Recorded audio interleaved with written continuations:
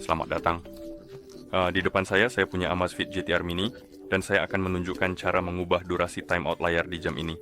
Intinya, seberapa cepat layar mati setelah kamu berhenti menggunakan perangkatmu.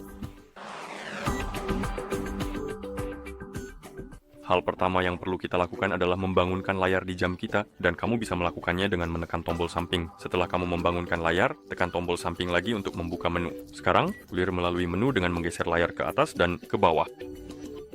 Cari ikon pengaturan. Setelah kamu menemukannya, ketuk ikon tersebut. Di pengaturan, cari opsi yang disebut tampilan. Ketuk di situ. Dan di sini, cari opsi yang disebut durasi layar aktif, dan setelah kamu menemukannya, ketuk di situ, tentu saja. Dan di sini kita punya daftar durasi, ada 5 detik, 10 detik, 15 detik, 20, 25, 30, dan itu saja cari durasi yang ingin kamu gunakan, misalnya 5 detik, dan setelah kamu memilihnya, kamu bisa kembali dengan menekan tombol samping, dan sekarang layar saya seharusnya mati secara otomatis setelah 5 detik tidak aktif. Jadi seharusnya, ya, sekarang.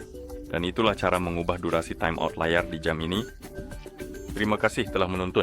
Jika semua kamu merasa video ini bermanfaat, silakan pertimbangkan untuk berlangganan saluran kami dan memberi like pada video ini.